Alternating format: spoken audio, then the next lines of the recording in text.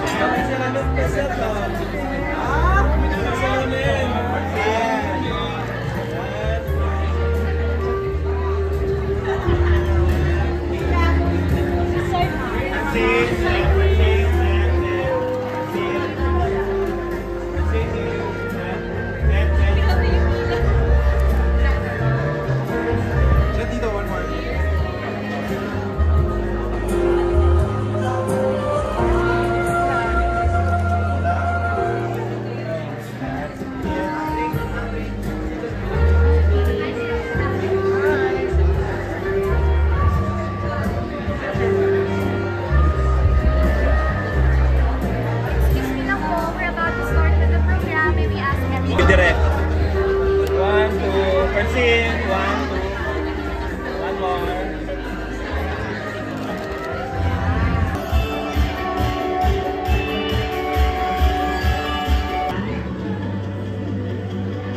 From Zero and Beyond. From Zero and Beyond. Nice.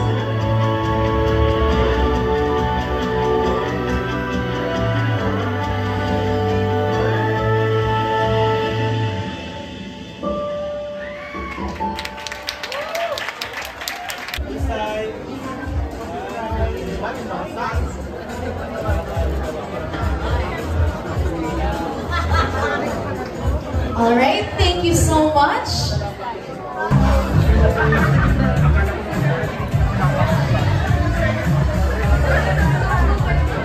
Kwento ko nung pandemic, nung lahat tayo nasa loob ng bahay. Tapos we only use the cellphone for chatting our friends and random people. So naisip ko, what if may ka-chat ka later on, hindi mo alam, nasa ibang year pala siya. Doon lang siya nag-evolve and then binuo ko lang yung character ni Lex and ni Karen. And yun, regarding sa casting for Francet, it's Miss Rosel Monteverde. Siya ang nag-cast for Francet, Francine and Seth. Okay, thank you. That's all from me. Okay. Thank you so much, sir. I play Abby Burns. Siyempre, kung si Mother Lily ay iconic, ang iconic na yaya ng lahat. Siyempre, ako kasama sa bahay ni Seth sa year 2009. So basically, malapit sa akin, siyempre sa akin yung character kasi as a mother, yung gano'n, mas kami ni Seth yung nagkikita sa bahay. Mas close kay Seth. So, ang anak ko ay isang lalaki. Mas naging malapit ako kay Seth. Ako po, ang character ko na piniplay doon si Lex. Si Lex, ako, siguro ang pagkakaparehas namin ni Lex, meron kami isang pamilyang mapagmahal.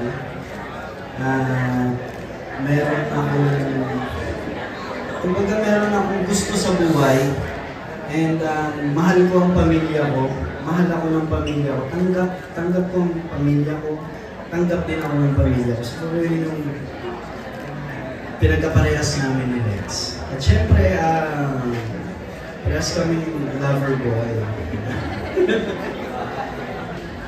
Yun. Ako po role ko kay si Bonbon.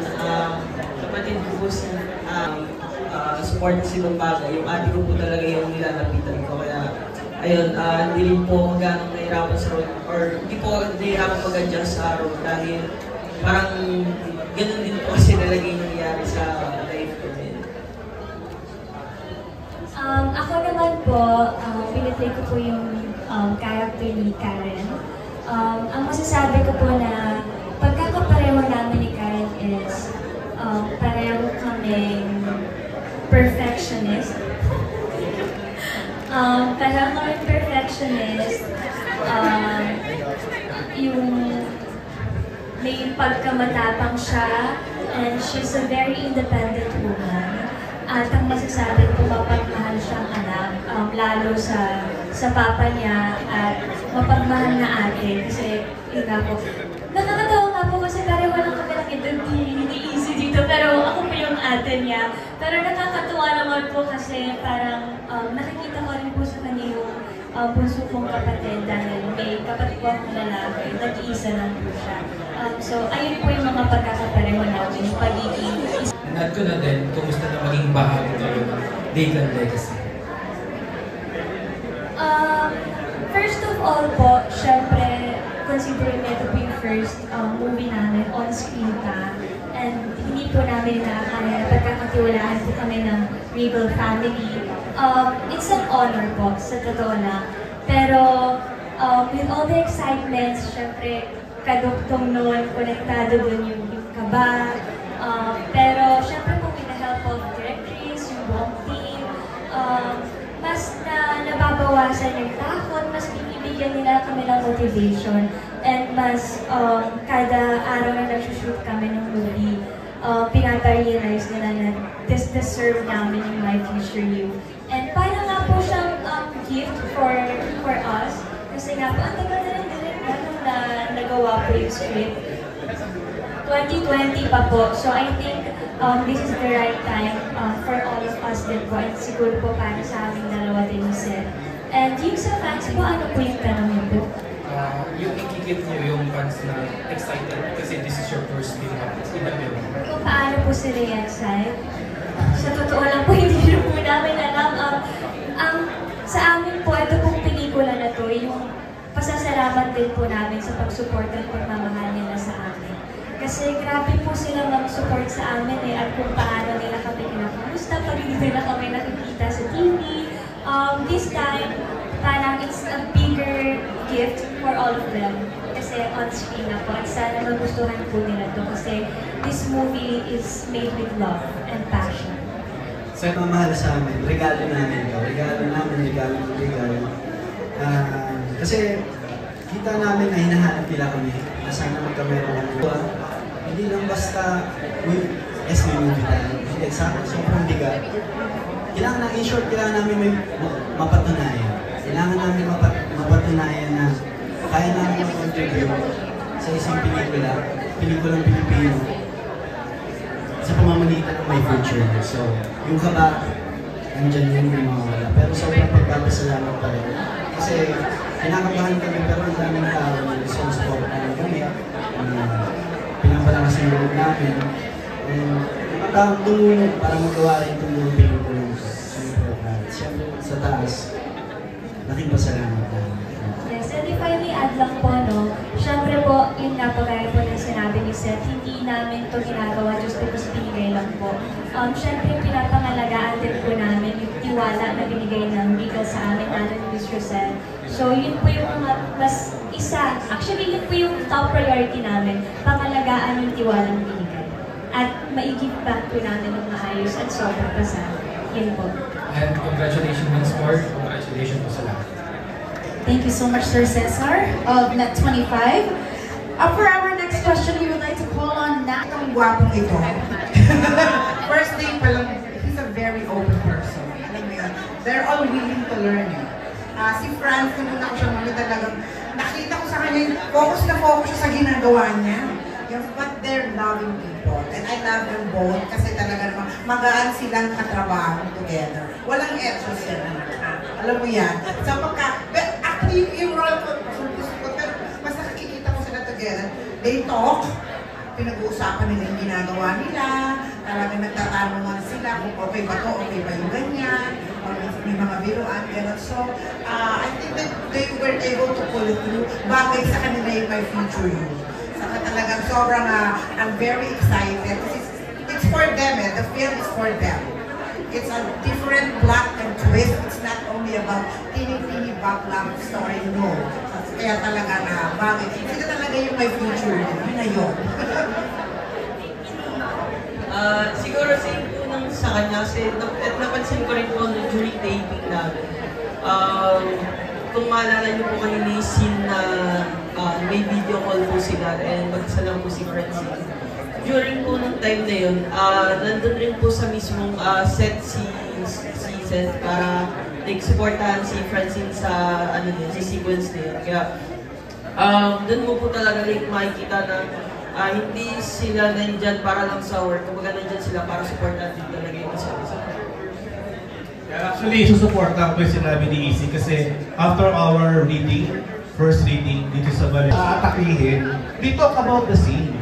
I mean, those are the traits of professional actors there. These are really professional young actors of our generation.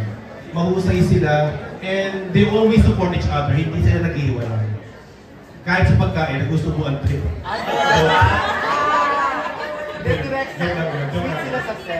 Ako naman, sweet naman talaga sila.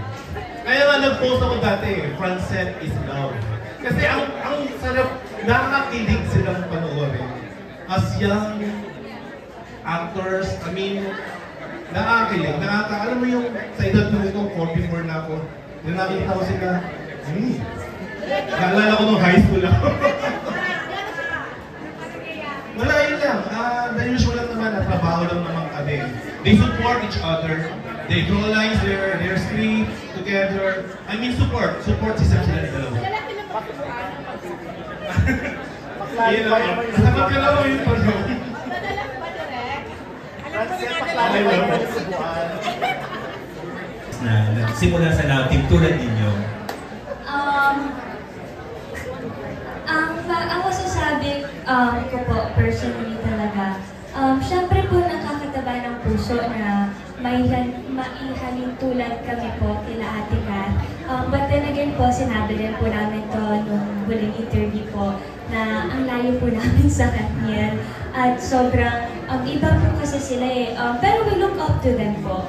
They are inspiration po sa amin. Kahit kanina naman po siguro sa industriyang to. But yun lang po, nakakatuwa and at the same time nakaka-pressure po kasi parang ang laki na hinihintay at inaabangan sa amin ng mga tao. But then again po, ito po yung mga baby steps namin sa career namin at sana nandiyan din sila to guide us and to support us sa mga baby steps namin papunta sa top.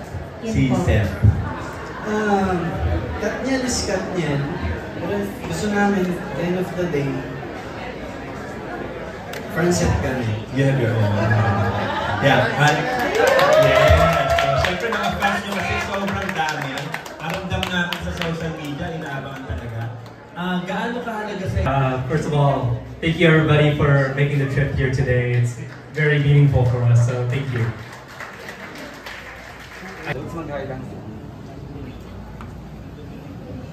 Hi, good afternoon. I'm Joey Roa. I am the welfare director of Mobile Fund. Next, we have Robert Requintina of Manila Bulletin.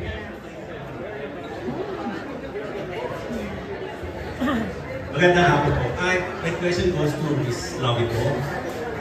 Wearing your producer hat, what motivates... Thank and honor Mother Lily once again. The industry would not be complete without her. And of course, Mother Lily's legacy will live on, and Regal vows to continue the legacy. And this afternoon, we would like to introduce... Can be, should be, and deserve to be shown on the biggest screens in cinema. And so, Regal, as my mom has mentioned, and with the backing of our family, we will continue to fight for our place in the theaters, along with our many friends and partners that are here today. Together, I think we can continue to push the industry forward. At the same time, I have to also acknowledge that we are taking part in a little bit of history as well today. As hard, these movies I'm about to present are the last 3 movies that my grandmother greenlit. And I just want to say I'm incredibly... It's become like a family thing at this point. But this movie isn't a shake. It isn't a Regal shocker. I think the team has done an amazing job creating a new world with its own set of rules and its own set of boundaries. So with that said, I don't want to spoil anything. Please enjoy Untold.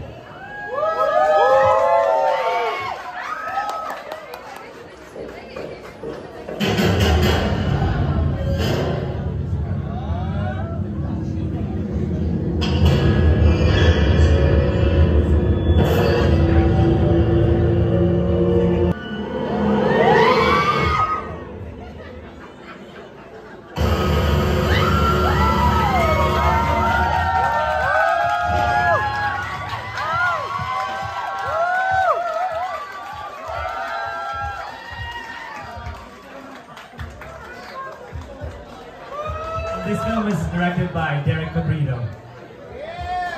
Direct Derek to join us on stage alongside the cast of Untold. We have here TJ Valderrama, Sarah Edwards, Liana Valentin, Mylene Dizon, Kauri Oinuma, Gloria Diaz, Juan Carlos, Enrico Santos, Joel Vasco, and of course, our 2022 Asian Academy Creative Best Actress, Judy Santa Maria. We would like to invite Ms. Rosella and Sir Keith as well to join the photo op.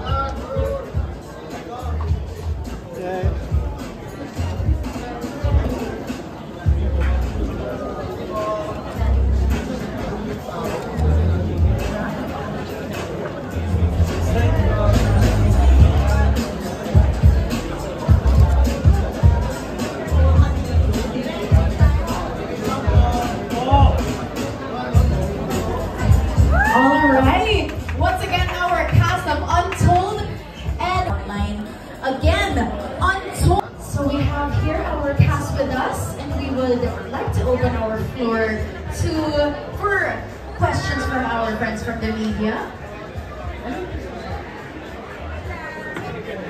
Alright, so now the floor is open to the questions. We would like to first call on Corgi Rula of PS. I'll go. Well, yung para sa first question, I mean, like as I mentioned, we love horror, so we're always thinking of new ways to do it. And for this one, we found a very unique way to approach it that's very different from the rest of the other horror movies we've done in the past. Of course, with help from director Derek Abrito and our writer Enrico Santos. In terms of the scenes for it, you know, we want to play with the concept of fear and really dig deep into that world. But I don't want to say any more than that, baka ma-spoil. Ang producer ko hindi nagtatagalog, ano? Tatagalogin ko na lang sinabi niya. Actually, hindi ako yung original story nito. Tom Santa Maria, I'd like to give you credit and then I'll just continue the script. Pag nabasa nyo naman yung Untold, makikita nyo doon yung stamp ng director, si Derek Abrito. Dahil dati siya journalist, documentary ng GMA. So some of the events in the story, totoong nangyari. But sa events lang the real story itself didn't happen. Pero very prevalent, uso-uso sa atin ngayon ng fake news, uso-uso mga invento balita, para mag-abuse, kaya naging inspiration for Untold. Except for a few incidences na natutong nangyari, those story naman ay katanggisin namin ni Untold. Tama si Kim, we hope it's a new way of telling a horror story. First of all, hindi na ito haunted house. The haunting is in the person. Dahil lahat naman tayo, saan ka nagagaling ang takot natin? Di ba sa sarili rin natin? Pag may ginawa tayo mali, pag tayo takutin, maparusahan, pag meron tayong kinatatakutan, phobia o whatever, yan ang kumakapit sa utak natin bago tayo matulog. So galing din kay Rosel ang tagline ng Untold, matakot ka sa sarili mo. Pero pinanggagalingan ng tira yung sarili natin. So that was the root of the story Untold. As for kung MMFF, magmamanawag muna kami. Yung magtatapos na makakapasa. Pero nasabit niyo po yung script nito sa Nasabit yata, makakapulot. Pero sa finish project na lang hinahabol. Sana, no? Sana ma-finish, sana mahabol. Depende na sa manawag. For my next question, mas okay sana kung si Rosel ang sumagot. Kasi ang hope talaga ng karamihan is makapasok ko sa MMFF.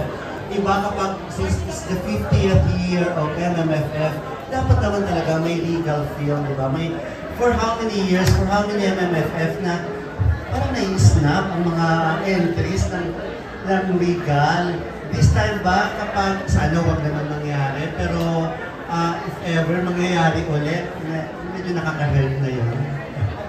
Kasi dapat naman talaga yung Mother Lily, dapat naman talaga. Halos lahat agree naman na dapat may legal na entry sa 50th year ng MMFF. Well, of course, it's always we look forward every time sa MMFF, di ba? Pero definitely, we're out here naman to always to produce a quality movie, di ba? So, yun naman, hindi kami nag-fail dun sa paggawa nun. To always produce a quality movie any time of the year. Now we would like to call on Alan Policarpio of Philippine Inquirer. Hello, good evening. Hi. May question po ng Party. So, you've done horror films naman in the past, like Apparition, Erika. Pero nung natanggap po itong script or yung offer na ito, ano yung nag-stand out sa'yo? And what do you think will be the difference this time around? Actually, this is my fourth, if not fifth, horror film na nagawa ko sa career ko. But it is my first horror film with Regal. And it's actually my first film with them. So thank you so much. So this the backstory. I grew up watching talaga yung mga Shake, Rattle, and Roll, Regal Shocker, di ba, reveal na ng age. So, parang when I became an actor, parang sabi with Regal Films, and then it happened. Thank you so much, Mr. Sel. Thank you very much, Sir Keith. Ayan. So I think yung difference niya from the horror films that gone before, kasi yung iba mostly ghost-centered or demon-centered, especially when I did Clarita back in 2019 with Derek Cabrido. But this one has a lot of psychological tension into it. So I guess that's also the reason why I said yes to the project. Maganda rin talaga yung script, and for me na, sige, sasabihin natin horror film siya, but I believe na marami siyang masasagot na internal questions sa atin, like what are you willing to give in exchange for your soul? Yeah, thank you. Ikaw ba anong kinatatakutan? Oh my gosh, I truly believe na I think we all have demons. Meron tayong mga bagay sa sarili natin na ayaw nating lumabas. May mga bagay tayo sa sarili natin na gusto nating i-deny and ayaw natin i-acknowledge. And once that quote-unquote demon is tapped, then matakot ka sa sarili mo. Ano kinakatakutan mo? Kinakatakutan ko sa sarili ko? Laban. Siguro, hindi. Magalit. Oo. Hindi kasi ako marunong magalit. So, iba yung way ko kung paano ka nagagalit. So, hindi ko alam kung ano yung mangyayari sa akin pag na-reach ko yung rurok na yun. Alright, thank you so much, Sir Alan Policarpio. Next for our next question is Richard Paglikawan of Lionheart TV. Hello, good afternoon po. Hello, good afternoon. Congratulations for the Anton. Yung question ko para sa cast, kasi curious lang kami, what are your worries or inhibitions about filming a horror story or a horror film, and paano ba yung nagiging preparations nyo mentally? Kasi syempre iba yung horror talaga yun. Ayan. TJ, sino ba yung start natin? Sige po. Magandang hapon po ang TJ Valderrama. Wow! Ano pong preparations yung mga ginagawa? Actually, tulad po ni Ate Jokes, laking din po ako shake. Isa actually hindi ko makakalimutan yung unbalaghan. May nangyari po sa akin na nawala yung clip ko sa buhok. Yun lang naman yung pinaka-horror na nangyari. So okay naman. Nahanap namin siya. So it was fine. We handled it well. Yun lang naman po basically. Thank you. Hi po, magandang hapon po sa inyong lahat. Ako po si Crowley o Inuma. When it comes to preparation naman, well, nagkaroon din naman kami ng story kung subit nila at sa amin yung stories and yung character description binigay din sa amin. Also, siguro nanood ko ng mga ilang clips, nag-search po ako ng ilang clips when it comes sa horror kasi bilang chinita nga ako, so pagka may gulat-gulat din, lumaki na ba yung mata mo? Parang may gano'n na yun. Malaki na yan. Yun na yung problem ko minsan. Yeah. Ano po yung next question? What is inhibition? Ano mo yung sabihin ng mula? Sorry.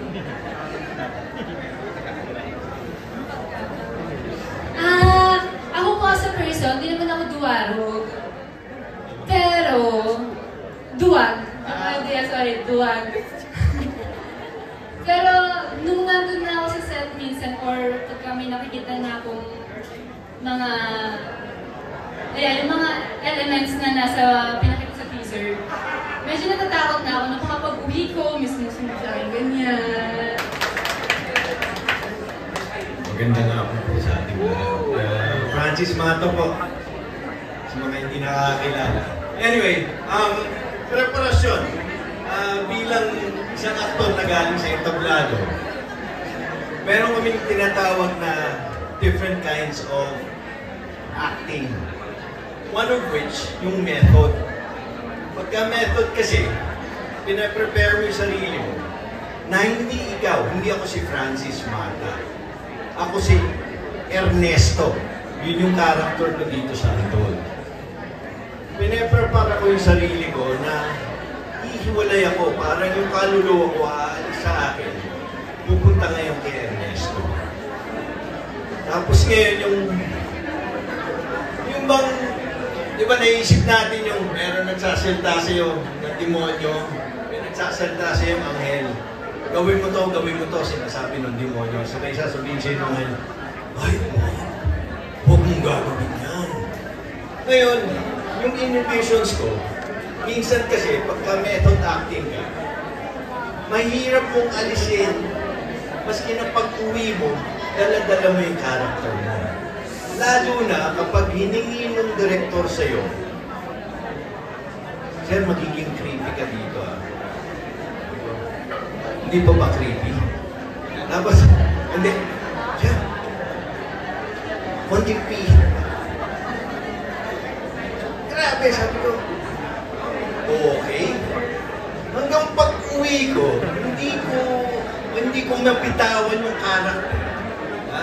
Na nandun pa rin yung kakatakutan ka, maski tumingin ka sa salamin, matatakot ka sa sarili mo.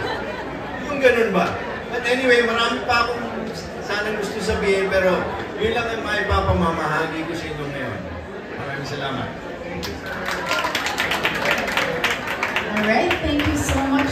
Kasi parang, pag tinignan mo yung script and yung araw na i-execute mo na yung mga scenes na naisulat, sa totoo lang, wala namang parang madaling eksena. Kasi parang even yung in your head na maliit na eksena, pero pag ginawa ninyo, parang ang laki pa rin. Parang lahat laging may nangyayari. Hindi siya tumitigil. And hindi kasi ko sasabihin na mahirap na scene, but then it's more of like mahirap din yung character kasi very, parang for me, napaka-psychological din. Ang dami nangyayari sa kanya.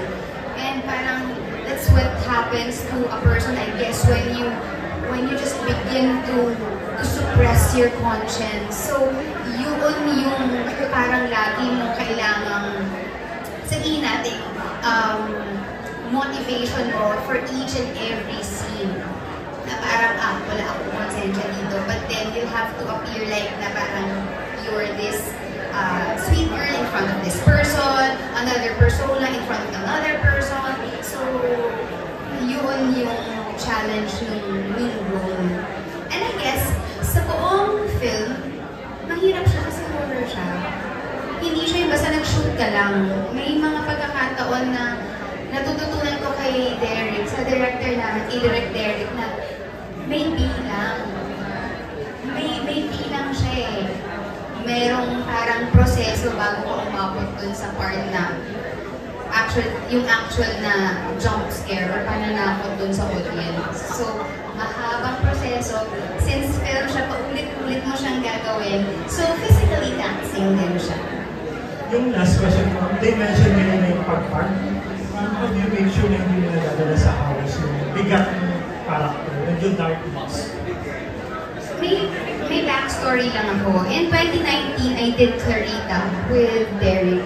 And after nung buong film, I think ang daming nangyari sa akin as a person, psychologically, wherein I had to take 2 weeks to 3 weeks off from work dun sa serye na ginagawa ko. Kasi parang it's just like too mentally taxing for me. I've been seeing things, dreaming of things, hearing things, ganyan. And then, looking back dun sa experience na yun, ano yung mga bagay na na-miss out ko? Ano yung bagay na hindi ko nagawa? Or hindi ko naalagaan yung sarili ko dun sa proseso? So, ang nagkulang sa akin during that time was debriefing. So, hindi ko na-debrief yung self ko habang ginawa ko yung character. So, I felt like I was still the character kahit na I was doing a different project na at that time. So, ngayon, basing on that experience, natutunan ko na parang before I go to set, I do a lot of prayer and meditation, I do visualization, and I deliberately and consciously tell myself that this is not real. Even though it elicits real emotions, but everything else is imaginary. I am not my character. I am Jody Santamaria. So that's what I do. That's my process. Thank you. Thank you. Ni Paul. So he was just sitting na we were doing the scene. Kaya nananaginip ko siya, gusto ko niyang gumising. Tapos nung nagising daw siya, nakita daw niya si Paul, walang ulo. Tapos yung pala, hindi pa pala siya gising. Tulog pa rin siya, umaga na siya. So anyway, yung experience niyon, we believe, kasi ang sabi nila, pagka raw hindi ginagalaw yung mga muebles sa isang bahay, lalo-lalo na sa isang mansion, doon nagkakaroon ng hindi matahimik na spirits. So, siguro napaglaruan kami tatlo. Ako pinangunguta ko na gusto kong gumising, pero hindi ako magising. So anyway, yun lang experience namin sa isang legal film na pelikula rin. Ayun. I'm told about you that is worth sharing. Hindi pa namin alam.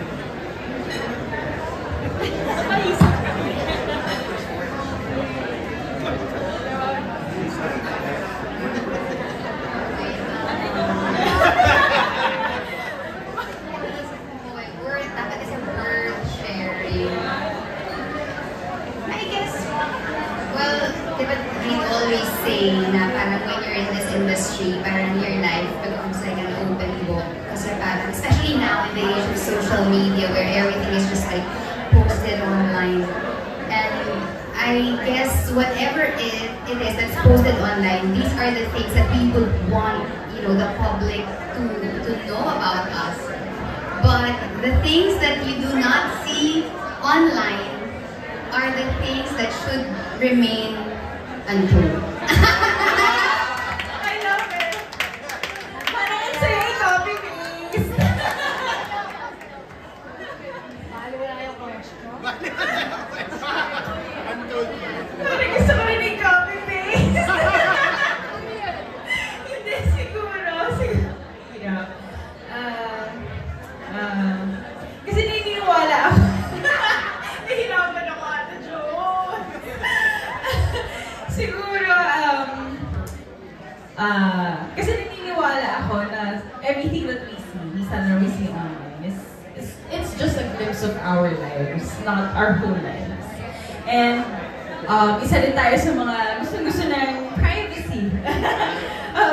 We value our privacy and we also value yung mga bagay na sinishare natin online. Siguro there's just one thing na I really want to share and talagang masasabi ko na isang moment din in my life na I'm really proud about is when I graduated college. Yeah.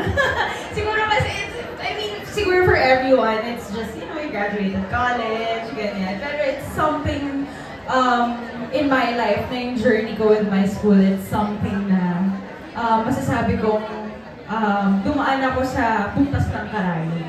Kasi I started acting when I was 9 years old. So, nag-start ako sa Tropang Pochi, ganyan, bata pa lang ako. And ever since I started when I was 9, hirap na talaga ako pagdating sa pag-aaral ko. I juggle my showbiz life and my school life. And when I graduated college, sabi ko, sobrang fulfilling lang, sobrang sarap sa pakiramdam na makagraduate ng college nang hindi ka irregular, on time ka, nag-graduate ng college. And sabi ko, it's something na talagang mapagmamalaki ko mas lalo sa mga magulang ko na yun yung dream nila sa akin. So, yeah, siguro yan.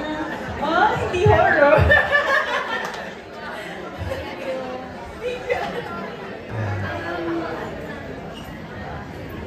Ano sabi kung ano, parang ako, ano naman kung yung malangkot ka or yung ikaw yung natatakot. But your observation is correct na for this one, may mga moments na ako yung natatakot, pero ako rin yung nananakot. Pero hindi naman siyang hindi madali. Kasi di ba syempre parang important kasi mag-proseso siya, hindi lang naman kasi basta nananakot ka lang. Pero you will always have to go back to the intention, bakit siya nangyayari, bakit mo siya gagawin. Or in terms of natatakot ka, anong klaseng takot ba ang gusto mong ipakita? So parang may iba't-iba rin kasing levels of fear. So I guess, to make it effective is you have to understand kung ano yung requirement. Thank you.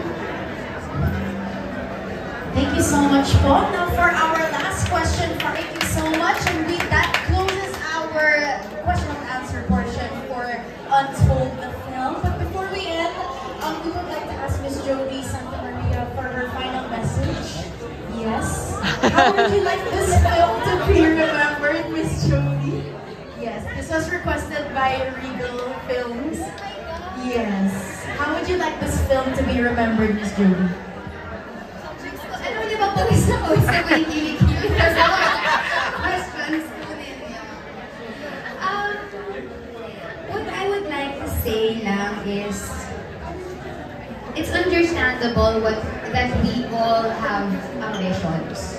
And it is not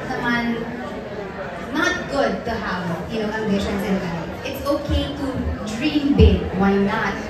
But in the exchange of what?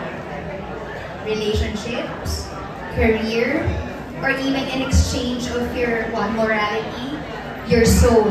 So, I just hope na when we watch this film, yun sana yung matutunan natin, or siguro it will bring us to really just think of and assess the choices that we make in life. Thank you. Thank you so much once again, the cast of Untold.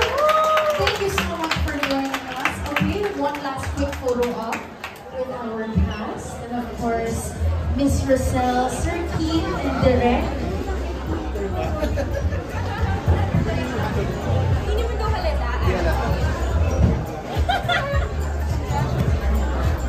Thank you so much again to all of our friends from the media for joining us this wonderful Saturday afternoon, as well as our artists and cast for the final 3 movies that were approved by Mother Lily. Our final photo op with the cast of Guilty Pleasure alongside Miss Roselle and Sir Keith. Ian, follow mo.